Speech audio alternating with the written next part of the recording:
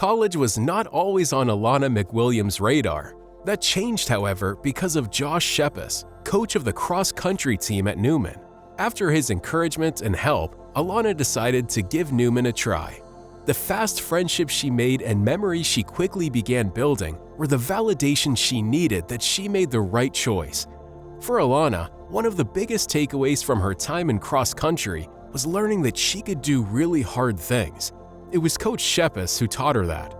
So he was always drawing everybody that he interacted with to take it to the next level, to put more effort in. And that was one of the things is Shepis wasn't a good coach because he didn't make me a better runner. I always had that ability in me, but he had the talent to bring those characteristics out. Outside of athletics, Alana was inspired by the dedication and attentiveness of her professors and other staff members. She remembers always feeling valued and respected while at Newman.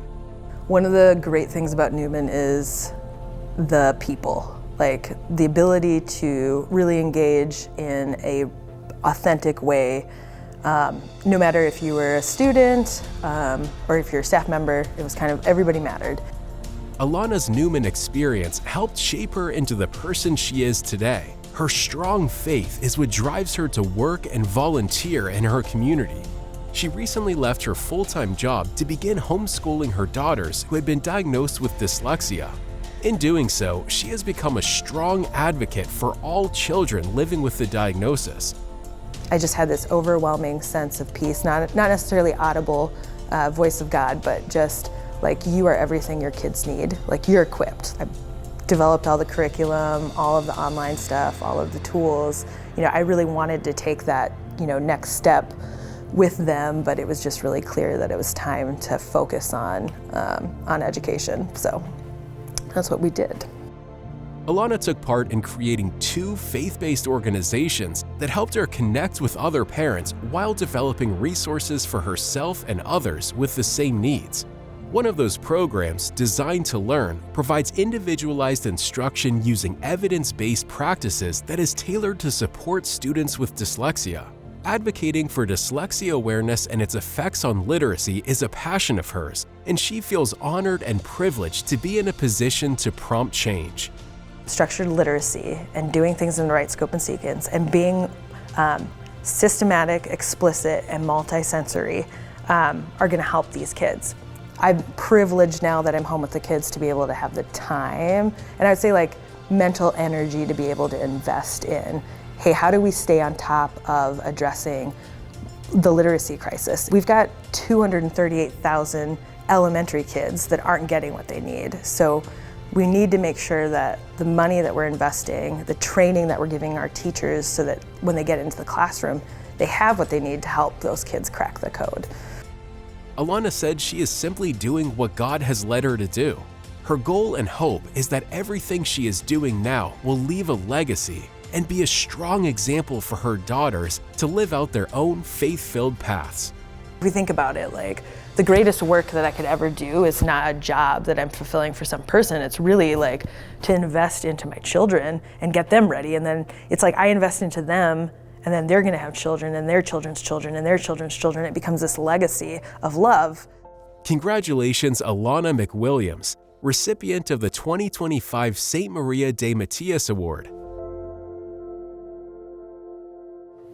President Kathleen Jagger, members of the Board of Trustees, esteemed alumni, fellow honorees, friends, family, thank you.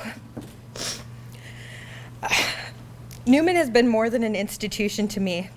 It's been a foundation shaping who I am both personally and professionally. I'm joined today by my parents, my siblings, my niece, my children, Bo, Emma, Laura. You guys all mean the world to me. I'm especially grateful to my husband, Brandon. Much of the work that Christ calls us to do is done in the family, and to have a partner who embodies Christ's sacrificial love, who pours into me, allows me to pour into others. So thank you. I'm also honored to be joined today by dear friends from high school and college, some of the ladies that you saw in that slideshow. Christina, Yelrika, Stacy, Marianne. We've been through so much the last 20 years. I am so thankful for your encouragement and your example. Fellow entrepreneurs, mothers, authors, professors, adventurers, helpers, and healers. To stand shoulder to shoulder with you ladies is one of life's greatest privileges, and a reminder that it is because of this community, this community, this school, these role models that I've leaned into the work that God was calling me to. Jesus tells us, if anyone would come after me, let him deny himself or herself and take up a cross and follow us daily. That's not a casual invitation. It's a call to live with purpose, courage, and obedience, even when the path is unclear and uncomfortable. For me, that calling has looked different in different seasons. Sometimes it's been serving in prison ministry, walking alongside those who are overlooked, watching God redeem what the world said was lost. Literally witnessing Jesus leave the 99 to go after the one. Other times it's looked like volunteering at the Catholic school, helping shape the next generation, both spiritually and academically. And 6 months ago, that calling looked like something much harder for me, leaving a job that I loved to homeschool my girls who had dyslexia. And because why not launching a business on top of that to serve other families with disabilities who are looking for affordable resources. Ultimately, it was me walking away from something I loved and the stability and the structure and trusting that God's plan would be better than mine. But that's what faith sometimes asks of us, to trust him not just with our Sunday mornings, but with our entire lives, down to the details we can't yet see.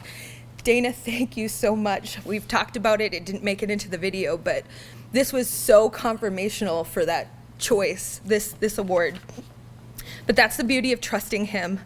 We don't get to take any of what we work for with us.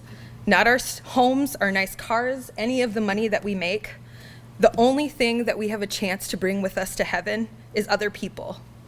And that's a tall, tall order, but also a sacred invitation to live in such a way that our lives become arrows pointing to eternity. Our family has a tradition that we do every evening. We evaluate our roses and our thorns, our highest highs and our lowest lows. And at bedtime, we dedicate each new day to the one who created us. And so I want to do that for you all tonight. This is a blessing that we do for our kids. Jesus, bless their feet. May they bring the good news. Bless their legs. May they carry on in times of suffering. Bless their backs. May they be strong enough to bear the burden of others. Bless their arms to hold the lonely and their hands to do good work. Bless their necks. May they always turn your heads towards the poor. Bless their ears to discern truth, their eyes to see beauty, and their mouths to speak encouragement. And bless their minds. May they grow wise. And finally, bless their hearts. May they grow to love you and all that you have made, and in that right order. That is stewardship, living in the right order, placing him first, using what God has given us, our time, our talent, our resources, not for our glory, but for his.